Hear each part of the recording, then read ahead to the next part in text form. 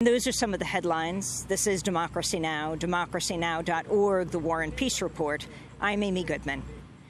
As we broadcast here from Ferguson, Missouri, just outside of St. Louis, another 47 people were arrested last night in a 10th night of protests over the police killing of 18-year-old Michael Brown. Protesters are calling for the arrest of Ferguson police officer Darren Wilson, who shot the unarmed teenager 6 times, including twice in the head. A grand jury will begin hearing evidence in the case today. Meanwhile, Attorney General Eric Holder is scheduled to arrive here in Ferguson soon to meet with FBI agents investigating Brown's death. According to the New York Times, Holder and top Justice Department officials to open a broader civil rights investigation to look at Ferguson's police practices at large. Meanwhile, the committee of journalists, Ferguson Police, stop harassing journalists. At least 11 journalists, while covering the protests sparked of unarmed teenager Michael Brown. For an update on the latest, we're joined by Ryan Devereaux of The Intercept. On Monday night, he was shot by a rubber bullet overnight. Welcome back to about what.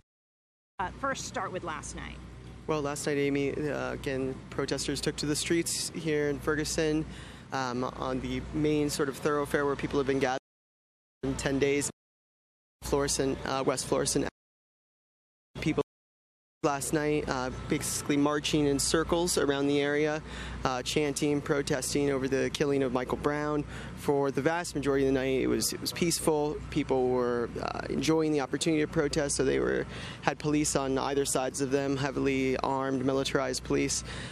Around approximately midnight last night, there was a large prayer held. Many people participated after the prayer. Local community leaders who have been working with the police were attempting to get young people, young men who were in the area, to calm down, not escalate anything, as that has sort of happened in nights before. A plastic bottle was thrown at the police, which raised tensions, and things quickly escalated.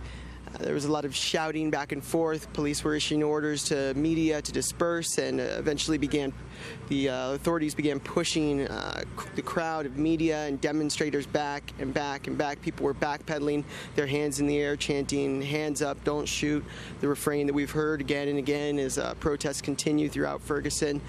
The police were sending camouflaged officers, heavily armed, dressed like soldiers from Iraq or Afghanistan, into crowds of people, pulling people out seemingly at random. I saw a National Lawyers Guild legal observer among those who was pulled away, detained, potentially arrested by these heavily armed, militarized police units last night.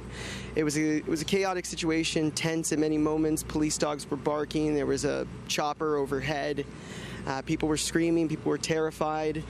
And that's kind of been the way things have been going here. You have a largely peaceful protest for most of the day and most of the evening, and then something will spark and it'll kick off, and then it becomes chaotic quite quickly. Talk about what happened to you Monday night, Ryan. On Monday night, I was reporting in the same area. Most of the media had been cleared out by the police due to what they deemed a, quote, public security threat. They had said to journalists something about shots being fired in the area, but they didn't offer any details. Most media in the area cleared out. I was with German journalist Lucas Hermsmeyer, and we were returning a reporter for the National Post to his car. He'd been separated from his car in the area.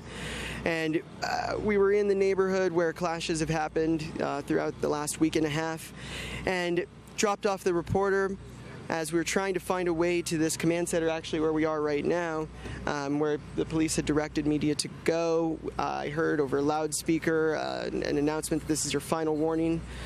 Some number of protesters had returned to the scene despite the media being cleared.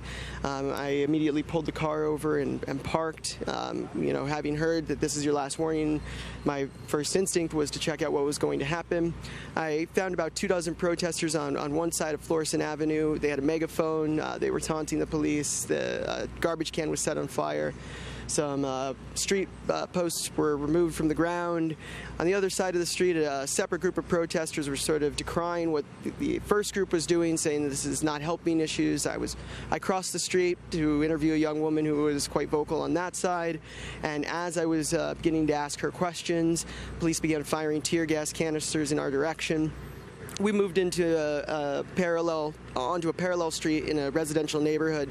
I would continue to speak with this woman. Then the police began coming up the road in armored vehicles, firing more and more tear gas canisters, and also it appears shooting rubber bullets out of their vehicle, rubber bullets or beanbag rounds, non-lethal projectiles, as they call them. I actually ran into the young woman that I was interviewing last night, and she showed me a wound on her leg that she said was from being shot that night as we were trying to get away. This young woman and her friends piled into a car. They took off. The German reporter and I were still stuck on the ground, and we were basically separated from our vehicle by a road that was quickly becoming entirely engulfed in tear gas, and police who were screaming up and down the street in armored vehicles, shooting tear gas canisters and rubber bullets. I saw the police on at least one occasion drive into the residential neighborhood, seeming to be seeking out anyone who was still around, shooting tear gas canisters at them, other non-lethal projectiles at them. We took cover behind a tree for a period of time, trying to ensure that we weren't going to be hit in the head or body with any of these projectiles.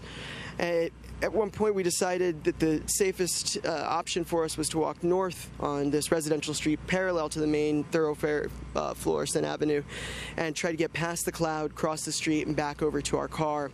We could see through the gaps in the houses as we were walking armored police vehicles racing back and forth up and down the street. At one point, one of those police vehicles turned a left towards us, and it was clear, given the high-powered lights that they have, that they would see us. And we felt that our best option was to immediately identify ourselves as journalists in hopes that they wouldn't shoot at us. We put our hands in the air, yelling, "Press, press, press, we're journalists, we're journalists, we're journalists." Police officer on top of an armored vehicle turned his light on us, saw us, there was a pause. He beckoned us to come in his direction. We continued doing so, coming in his direction with our hands up, continuing to yell that we were press.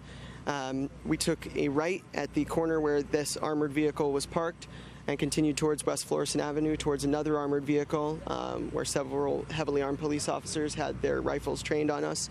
We're walking towards those officers, moving halfway to 3/4 of the way up this block, when the police officers behind us in the armored vehicle who had beckoned us over began opening fire on us with non-lethal projectiles, and I was hit in the back, and the German reporter was hit twice as well.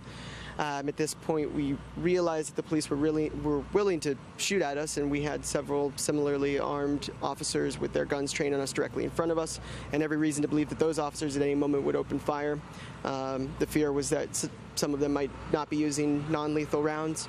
So we dove behind a car to take cover, and the police basically surrounded us, pulled us out of there, zip-tied our hands behind our backs, threw us in the back of their armored vehicle, drove us to this command center where we were informed that we were being arrested, that we would be taken to the county jail.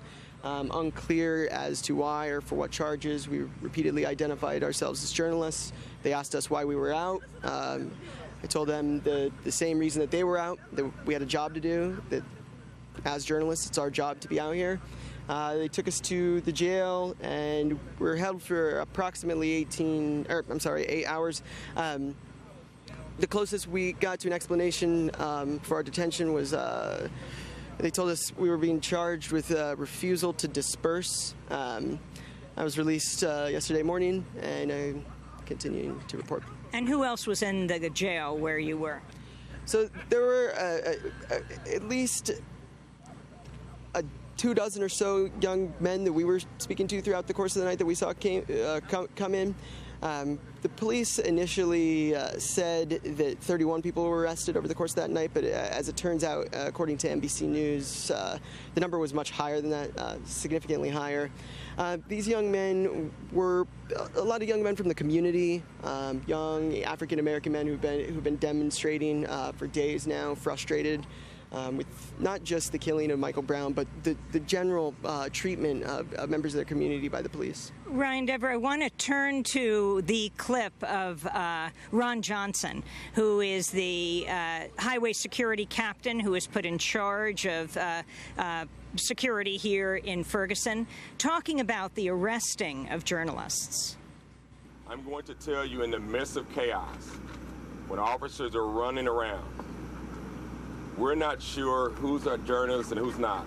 And yes, if I see somebody with a $50,000 camera on their shoulder, I'm pretty sure. But some journalists are walking around and all you have is a cell phone because you're from a small media outlet. Some of you may just have a camera around your neck.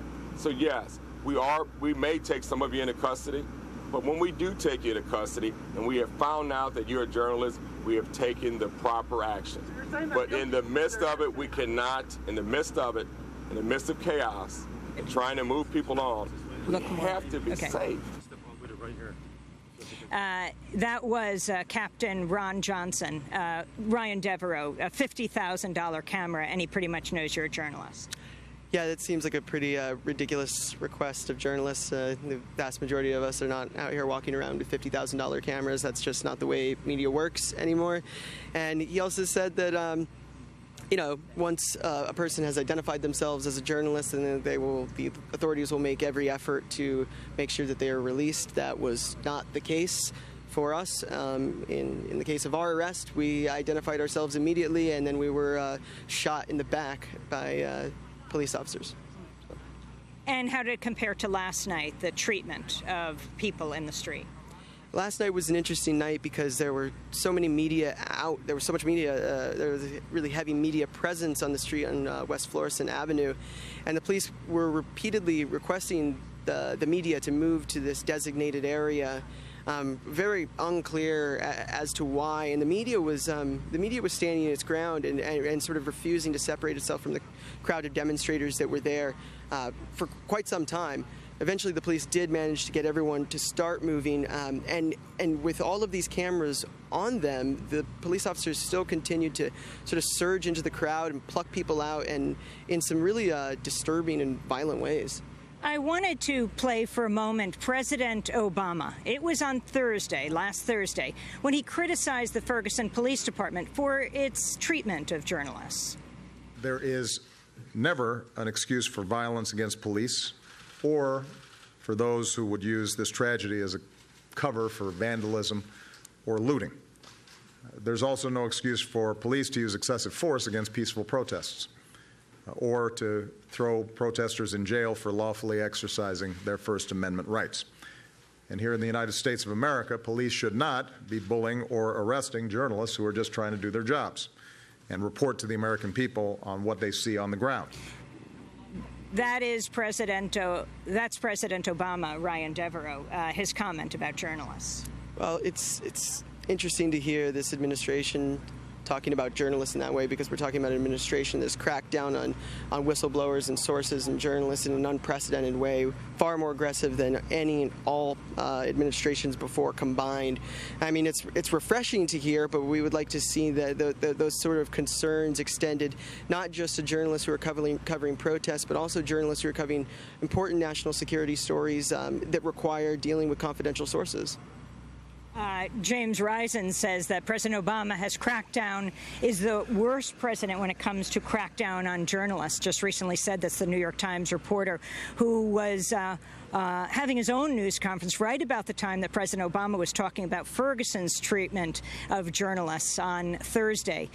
He and many others were involved with delivering 100,000 signatures to the White House, the Justice Department, around the issue of James Risen and the U.S. government's attack on him, the possibility that because the Supreme Court has refused to hear his case, that he will not reveal a source, the New York Times reporter, he could possibly go to jail.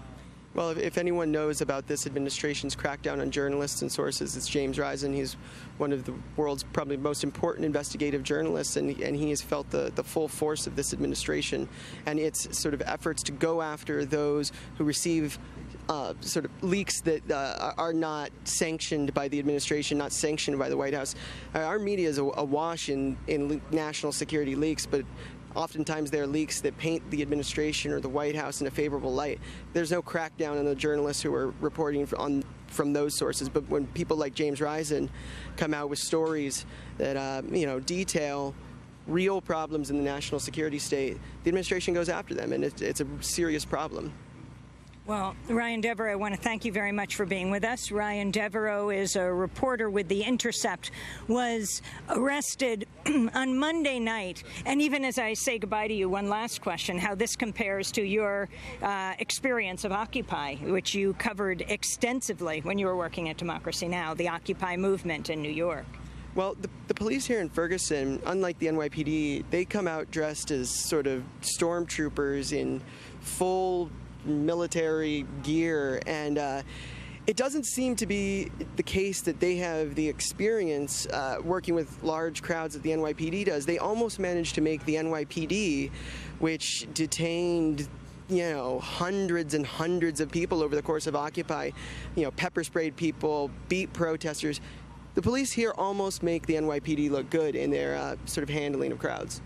Ryan Devereaux, thanks so much, and he will be out on the streets again as we continue to cover what's happening here in Ferguson, as we broadcast from Ferguson, Missouri. This is Democracy Now! We'll be back in a minute.